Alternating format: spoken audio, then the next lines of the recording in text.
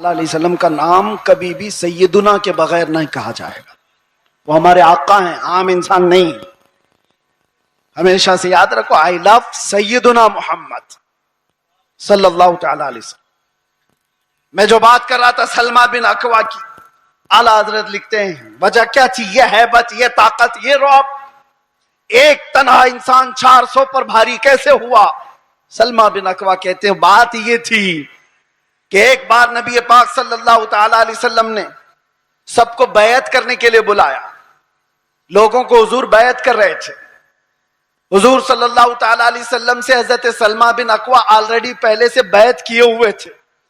حضور نے سب کو بیعت کر کے پھر کہا سلمہ بن اکوع آ جاؤ تم بھی بیعت کر لو. میں نے عرض کیا یا رسول اللہ میں آلریڈی کر چکا ہوں، پہلے سے کیا ہوں. حضور نے فرمایا پھر سے اپنا ہاتھ دو. میں نے دوبارہ ہاتھ دیا. حضور پاک صلی اللہ علیہ وسلم پر بیعت کیا، ہاتھ پر بیعت کیا. پھر تھوڑی دیر کے بعد میرے آقا نے فرمایا سلمہ بن اکوع بیعت کر لو. حضرت سلمہ بن اکوع کہتے ہیں یا رسول اللہ 2 بار میں نے بیعت کر لیا. حضور نے فرمایا بار بار اپنا ہاتھ میرے ہاتھ میں دے تو سکتے ہو. سلمہ بن اکوع کہتے ہیں میں نے 3ری بار اپنا یہ ہاتھ دیا حضور پاک کے دربار میں، ان کے دستے پاک میں. نبی پاک صلی اللہ تعالی علیہ وسلم نے دعا فرمائی. اس کے بعد سلمہ بن اکوع کہتے ہیں 3 بار اس ہاتھ کو میں نے مصطفیٰ کے ہاتھ میں دیا. اس کے بعد قسم خدا کی کسی بڑے اونچے پہاڑ سے بھی مجھے کبھی ڈر نہیں لگتا، کوئی سامنے آئے کبھی خوف نہیں ہوتا. یہ نسبت مصطفیٰ ہے جو انسان کو ممتاز کرتی ہے. آج میرے عزیزوں تمہارا نام بارگاہ مصطفیٰ سے جڑا ہوا ہے، اس لیے شرم کرو اور حیا پیدا کرو. کبھی تم شراب کے اڈوں پر نظر نہ آؤ، کبھی تمہارے ہاتھوں میں تاش کے پتے نظر نہ آئے، کبھی تمہاری آنکھوں میں بے حیائی نہ ناچے، کسی اجنبی عورت پر تمہاری بے حیا آنکھیں نہ جائیں، اس لیے کہ تمہارا نام میرے مصطفیٰ کے نام سے جڑا ہوا ہے. ان نسبتوں کا جب تک احترام کرتے رہو گے پاور اور طاقت ویسی باقی رہے گی. انرجی کو دنیاوی خرافات میں ضائع نہ کرو. اللہ نے آج بھی تمہارا رعب باقی رکھا ہے، آج بھی ہے. ہم نے خود محسوس کیا ہے، ہم نے دیکھا ہے. آپ کو خود کو اندازہ نہیں لیکن دنیا کو اندازہ ہے. اللہ تبارک و تعالی محبت مصطفیٰ کے صدقے یہ عزت اور یہ ہیبت، یہ طاقت، یہ رعب عطا کرتا ہے. لیکن اگر تم یہ سوچو گے کہ عزت ہم کسی اور ذریعے سے ڈھونڈیں گے، ہم نے دیکھا ہے لکھنؤ میں آج سے 2-3 سال پہلے ایک کتا آیا تھا جو اپنا نام بھی بدل لیا تھا، یاد ہوگا. بہت ٹی وی پر بٹھا دیا جاتا تھا، دھرم بھی بدل لیا، نام بھی بدل لیا. ہاں، اور سوچنے لگا کہ اسلام ایسا ہے ویسا ہے، بہت کچھ پھیلایا. 6 مہینے کے بعد رو رو کر کے لوگوں سے گڑ گڑانے بھی لگا کہ مجھے بچا لو، میری جان پہ خطرہ ہے. میں نام یا ذکر نہیں کرتا اس لیے کہ سٹیج ناپاک نہ ہو. لیکن ایک بات یاد رکھو، حضور پاک صلی اللہ تعالی علیہ وسلم کے اس دین پاک سے غداری کر کے جو دوسری جگہ عزت ڈھونڈتا ہے، قرآن کیا کہتا ہے؟ وَمَن يَبْتَغِ غَيْرَ الْإِسْلَامِ دِينًا فَلَن يُقْبَلَ مِنْهُ. اللہ تعالیٰ نے قرآن میں فرمایا، اور یہی بات میں آپ سے کہتا ہوں. اعلیٰ حضرت کیا کہتے ہیں سنو. اعلیٰ حضرت فرماتے ہیں بارگاہ مصطفیٰ صلی اللہ تعالی علیہ وسلم سے جو غداری کیا، جو ان کے در سے یار پھرتے ہیں، در بدر یوں ہی خار پھرتے ہیں، در بدر یوں ہی خار پھرتے ہیں. عزت ڈھونڈو آمینہ کے لال کے پاس، عزت ڈھونڈو گنبد خضرا کے مکین کے پاس. ہم نے دنیا میں دیکھا ہے جو نبی پاک کی غلامی کو اپنائے ہیں 70 سال کے بھی ہوتے ہیں تو ان کی خوبصورتی میں فرق نہیں آتا. 80 سال کے بھی ہو جائیں تو ان کو بوڑھا کوئی نہیں کہتا. آج بھی موجود ہے ہمارے مشائخ، لیکن عزتوں میں کوئی کمی نہیں. اور جنہوں نے پوری ہندوستان میں فتنہ و فساد مچا کر کے سیاست کیا تھا، 90 سال کے اوپر بھی ہو گئے، ابھی مرنے کو تیار نہیں. ایسے بہت سارے لیڈر بیٹھے ہوئے ہیں جن کو کوئی پوچھتا بھی نہیں، اخبار کے کسی کونے میں ان کا نام بھی نہیں. بہت سارے ایسے 40 سال لوگوں کی نوکریاں کرتے رہے. میں جاب کی بات نہیں کر رہا ہوں, سیاست میں اس کی اس کی چاٹتے رہ گئے تلوے اور کچھ نہیں حاصل کر پائے. لیکن میرے مصطفیٰ کی غلامی جس نے اپنے گلے میں ڈال دیا تھا, پھر دیکھو حضور تاج الشریعہ کے آخری ادوار کو ہم نے دیکھا ہے, ظاہری زندگی کے آخری دور کو بھی دیکھا ہے. میرے عزیزوں 75 سال کی عمر ہو گئی تھی, 1 لاکھ نوجوانوں کو, خوبصورتوں کو ایک طرف بٹھاؤ اور ایک طرف بریلی کے اس شہزادے کو بٹھاؤ, اور دیکھو دنیا کس کی طرف دیکھتی ہے. کیوں؟ یہ چہرے پر غازہ اور یہ چہرے پر کشش, یہ پاؤڈر اور لالی کی نہیں, یہ مصطفیٰ کریم کی غلامی کی ہے. مصطفیٰ کریم صلی اللہ تعالی علیہ وسلم کے محبت کا جو جمال ہے وہ کبھی کم نہیں ہوتا. بچپن میں ہم سنتے آتے تھے محمد کے غلاموں میں بڑھاپا آ نہیں سکتا. اسی لیے عزت ادھر ادھر کیوں ڈھونڈتے ہو, کیوں جاتے ہو؟ ان نوجوانوں پر مجھے بڑا ترس آتا ہے جو کہتے ہیں دنیا پتہ نہیں کیا کہے گی. 5 گرام کی ٹوپی ان کو بھاری لگتی ہے, 5 کلو کی پھٹی جینز پہن کر کے فیشن سمجھتا ہے. داڑھی اس کو بہت بھاری لگنے لگتی ہے, چبھتی ہے, گڑتی ہے, روز اس کو نکال کر کے گٹر نالی میں پھینک دیتا ہے. اور داڑھی بھی بیچاری اتنی ضدی ہے, روز آ کر کے اس کو بتاتی ہے تم مرد ہے. وہ نکال کر کے کہتا ہے نہیں ہوں میں. وہ بھاگ رہا ہے. کیسی حیرت کی بات ہے, تم ضد پہ اڑے ہو کہ نہیں ہوں میں, اور وہ بھی ضد پہ اڑی ہے, روز آ کے بتاتی ہے کہ تم مرد ہے. بیچارہ آخری دم تک ماننے کو تیار نہیں. اور حیرت کی بات ہے جب ان سے پوچھا جائے دنیا کا سب سے حسین چہرہ کون سا تھا, تو سب ایک زبان ہو کر کہتے ہیں آمینہ کے لال کا چہرہ سب سے حسین تھا. پھر میں پوچھتا ہوں اس آمینہ کے لال کے چہرے پر جب داڑھی تھی تو تجھے عیب کیوں لگتی ہے, تجھے بری کیوں لگتی ہے؟ دنیا کا سب سے زیادہ حسین چہرہ میرے مصطفیٰ کا تھا, اور وہ داڑھی والا تھا. اور ایک بات ان عورتوں سے بھی کہتا ہوں جو عورتیں کھلے بال میں سمجھتی ہیں کہ یہ فیشن ہے, آدھے ننگے پن کو سمجھتی ہیں فیشن ہے. یعنی دنیا نے ان کو یہ بتایا ہے کہ ننگے رہنے کو فیشن کہتے ہیں, آدھے کپڑے پہننے کو فیشن کہتے ہیں. اگر آدھے کپڑے پہننا فیشن ہے تو تم سے زیادہ فیشنیبل تو بھینس ہے جو پوری ننگی رہتی, وہ کبھی کوئی کپڑا نہیں پہنتی. وہ جانور تو تم سے زیادہ فیشنیبل ہے, پورے اوپن ہے. جانوروں کی طرح دنیا تمہیں بنانا چاہتی ہے اور تم سمجھ رہے ہو فیشن ہے. فیشن وہ نہیں. نوجوانوں سے کہتا ہوں دیکھنا ہو تو خالد بن ولید کو دیکھو, عورتیں دیکھنا ہو تو میرے مصطفیٰ کی بیٹی کو دیکھو. سب عورتیں کہتی ہیں اللہ ہمیں کنیزان فاطمہ میں شامل کرے, دعا تو کرتی ہیں اور فخر بھی کرتی ہیں, کنیز فاطمہ نام بھی رکھتی ہیں. لیکن سوچا کبھی دنیا کی سب سے عزت والی خاتون جس کا مقام قیامت کے دن بھی کیا ہوگا پتا ہے؟ فرشتوں کو, آپ کو میں بتا رہا ہوں, حدیث میں موجود ہے, فرشتہ محشر کے میدان میں اعلان کرے گا غضوا ابصارکم فإن فاطمہ بنت محمد تمر الی الجنہ. اے محشر والے لوگ سب اپنی آنکھیں نیچی کر لو, محمد عربی کی بیٹی جنت کی طرف جا رہی ہے. قیامت کے دن اعلان ہو رہا ہوگا.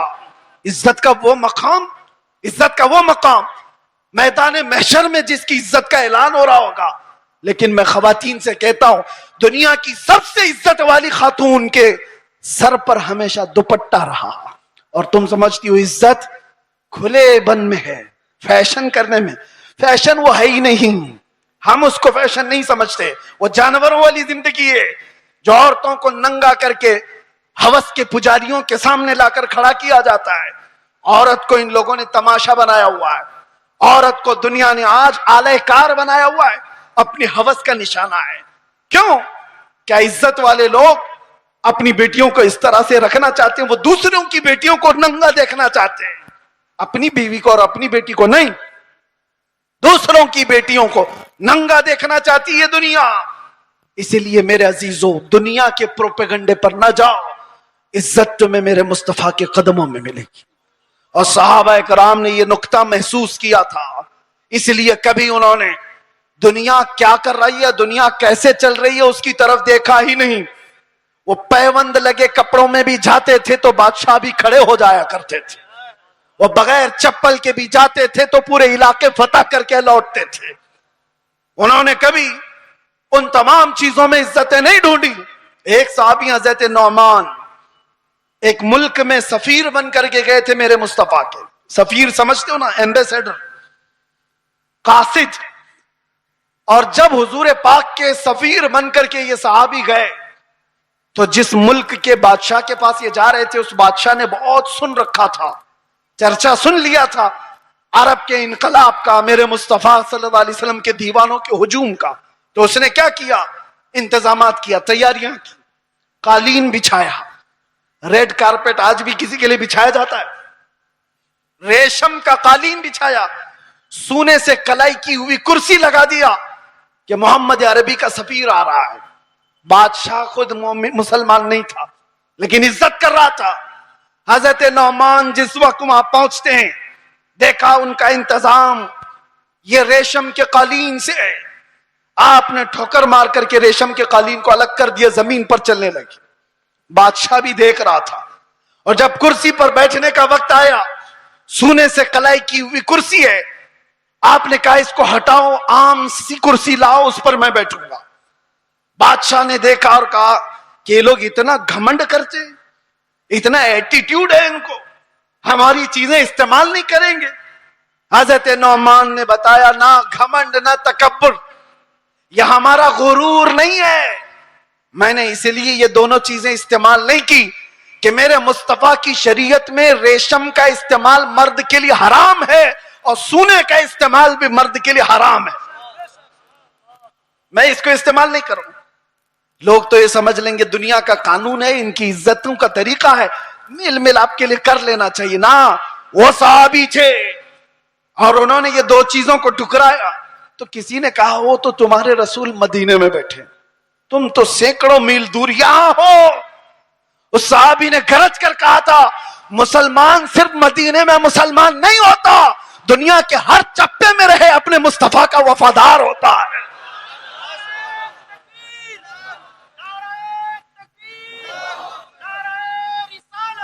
اپنے نبی کا وفادار ہوتا ہے. ان صحابہ نے عزتیں اپنے نبی کی نسبت میں ڈھونڈی تھی. آج لوگ یہ سمجھتے ہیں کہ دنیا کی چکا چوند میں رنگ جانے میں عزت مل جائے گی. کچھ نہیں ملنے والا ہے. زندگیاں گزر جائیں گی، لوگوں کی ٹھوکروں پر ہی جیتے رہ جاؤ گے، لوگ اچھالتے رہ جائیں گے. ہاں، نبی پاک صلی اللہ تعالی علیہ وسلم سے وفاداری اور ان کی محبت میں جو عزت ہے، میں کہتا ہوں چند تکلیفیں تو آ سکتی ہیں لیکن قلب کا جو سکون ہے وہ دنیا کی جھولیوں میں کبھی نہیں ملے گا. الحمدللہ ہم نے یہ چیز محسوس بھی کیا ہے. دنیا جس طرح بھی تکلیف دینے کی بات کرتی ہو لیکن مصطفیٰ کریم کی یاد ہمیں سکون بخش دیتی ہے. ان کی یادیں ہمیں دل کی طمانینت عطا کر دیتی ہیں. آ جاؤ اے میرے سنی مسلمانوں، اعلیٰ حضرت کی اس بات پر ہم جمع ہو جاتے ہیں جس میں انہوں نے کہا تھا آج لے ان کی پناہ، آج مدد مانگ ان سے، کل نہ مانیں گے قیامت میں اگر مان گیا. انہیں جانا، انہیں مانا، نہ رکھا غیر سے کام، للہ الحمد میں دنیا سے مسلمان گیا. سارے ٹینشن، سارے ڈپریشن کا ایک ہی علاج، کس کو راضی کرو گے؟ ایک کو راضی کرو گے دوسرا ناراض. دنیا یہی ہے. اسی لیے آؤ، سب کو راضی کر بھی نہ پاؤ گے، زندگیاں ختم ہو جائیں گی. اسی لیے اعلیٰ حضرت کہتے ہیں سارے ٹینشن، سارے ڈپریشن کا ایک ہی علاج ہے، انہیں جانا، انہیں مانا، نہ رکھا غیر سے کام، للہ الحمد میں دنیا سے مسلمان گیا. اپنے آپ کو بارگاہ مصطفیٰ کے حوالے کرو. بمصطفیٰ برساں خیش کے دی ہما اوست، گرب اون رسیدی تمام بول حبیست. یہ اقبال کہتا ہے اپنے آپ کو نبی کے قدموں تک پہنچا دے، اسی کا نام دین ہے. اور اگر تو وہاں تک نہیں پہنچا تو زندگی ابو لہب کی طرح ہے، زندگی ابو لہب کی طرح ہے. اے نوجوانوں، نبی پاک صلی اللہ تعالی علیہ وسلم سے وفاداری کا مطلب کیا ہے؟ وفاداری کس کو کہتے ہیں؟ ابھی میں کہوں گا تو نعرے زور سے لگاؤ گے یہ وفاداری ہے، اور پھر ایک ڈنڈا پڑے تو سارے بھاگ جائیں یہ وفاداری ہے۔ وفاداری یہ نہیں، وفاداری طوفانوں میں بھی کھڑے رہے، آندھیوں میں بھی کھڑے رہے، اور شریعت مصطفیٰ کو آنچ آنے نہ دے، شریعت مصطفیٰ پر اپنے عمل کے ذریعے سے اس کو مضبوطی عطا کرے، یہ وفاداری ہے۔ مثال کے طور پر میں اگر کسی کو کوئی چیز دے کر کے جاتا ہوں، ایک کپڑا ہی صحیح، محبت کا تقاضا تو یہ ہے کہ لوگ اس کو سنبھال کر رکھیں گے، صحیح بات ہے۔ میں اگر اپنا امامہ کسی کو دے دوں 4 لوگوں کو، اور میں کہوں کہ اس کو سنبھالو، تمہاری اگر محبت ہے تو اس چیز کو سنبھال کر رکھو گے، لیکن وقت ایسا آیا کہ ساری جگہوں پر بولتے تو گھوم رہے ہمارے پاس یہ ہے، ہمارے پاس امامہ ہے، ہمارے پاس کپڑا ہے، لیکن پوچھا کہ ہے کہاں؟ پتا چلا کسی گٹر میں رکھا ہوا ہے، کسی کیچڑ میں ہے، کسی مٹی میں ہے کہیں پڑا ہوا ہے، بس زبانوں پر ہے کہ ہمارے پاس ہے، بلا تشبیہ بلا تمثیل۔ دین مصطفیٰ کے ساتھ ہم نے یہی کیا ہوا ہے، فخر تو کرتے ہیں کہ ہم مسلمان ہیں، اسلام ہمارے پاس ہے۔ کہاں ہے وہ اسلام؟ نہ عورتوں پہ نظر آ رہا ہے، نہ بچیوں پہ نظر آ رہا ہے، نہ شادیوں میں نظر آ رہا ہے، وہ اسلام ہے کہاں؟ زبانوں پر۔ وفاداری اس کو نہیں کہتے، وفاداری یہ ہے کہ تمہارے جسم پر اسلام نظر آئے، تمہارے عمل میں اسلام نظر آئے، تمہارے اخلاق میں اسلام نظر آئے، تمہارے بول چال میں، تمہارے طریقہ کار میں اسلام نظر آئے۔ مسجدوں میں کیوں نہیں نظر آتا؟ فجر میں کیوں غائب وہ سارے کے سارے؟ اسلام کہاں ہے؟ میرے عزیزو، نعرہ لگانا یہ دنیا کا سب سے آسان کام ہے، یہ شہادت کہے الفت میں ہے قدم رکھنا، لوگ آسان سمجھتے ہیں مسلمان ہونا۔ اور اسی لیے میرے آقا صلی اللہ علیہ وسلم نے ایک صحابی سے فرمایا تھا، ہم تو چھوڑو، ہم تو بہت نکمے لوگ ہیں، بہت دور کے ہیں، وہ صحابہ تھے جو دنیا کے سب سے اچھے لوگ تھے۔ ایک صحابی نے آ کر کے حضور سے اتنا کہا تھا، واللہ انی لا احبک یا رسول اللہ، قسم خدا کی ہے اللہ کے رسول میں آپ سے بہت محبت کرتا ہوں۔ حضور نے کیا فرمایا جانتے ہو؟ انظر ماذا تقول، سوچ کے بول کیا کہہ رہا ہے۔ ہم تو آسانی سے کہتے نا یا رسول اللہ آپ سے ہم پیار کرتے محبت کرتے، صحابی نے جب یہ کہا تھا حضور فرماتے ہیں سوچ کے بول کیا کہہ رہا ہے۔ انہوں نے دوسری بار کہا قسم خدا کی یا رسول اللہ میں بہت محبت کرتا ہوں۔ حضور نے پھر کہا سوچ سمجھ کر کے بول۔ تیسری بار انہوں نے کہا قسم خدا کی یا رسول اللہ میں آپ سے محبت کرتا ہوں۔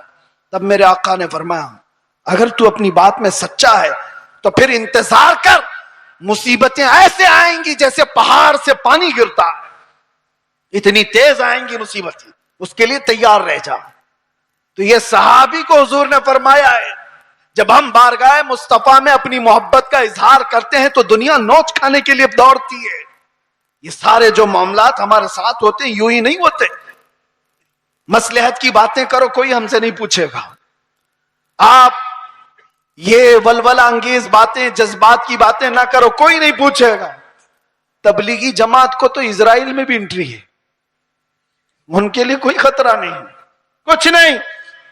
ہاں حضور پاک کی محبت میں سیریس کوئی نظر آتا ہے تو دنیا اس کو کہتی ہے ڈینجرس پرسن، ڈینجرس، بہت زیادہ خطرناک۔ حضور سے محبت کرنے والے پر یہ دنیا کے سارے سوشل سائٹس، فیس بک، انسٹا، یہ سب بینڈ لگا دیتے ہیں، یہ ساری ویڈیوز نہیں آنا چاہیے اس کی۔ حضور کی محبت کی بات کرتا ہے اور سیریس کرتا ہے۔ پتہ یہ چلا میرے عزیزو اصل ایمان یہی ہے جس سے دنیا کو خوف ہے۔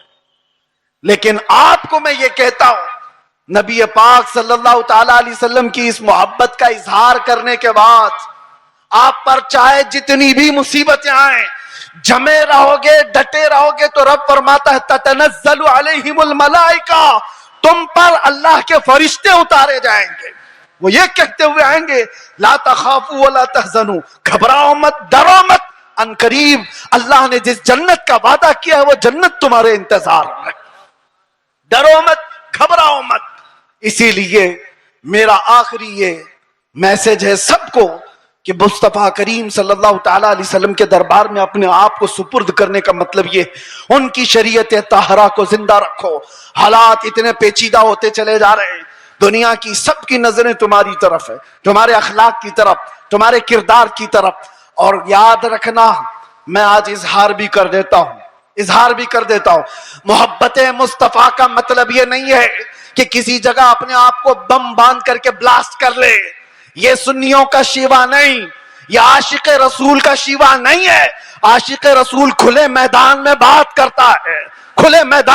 کرتا ہے، یہ تمام چیزیں جو حرکتیں ہندوستان کی سرزمین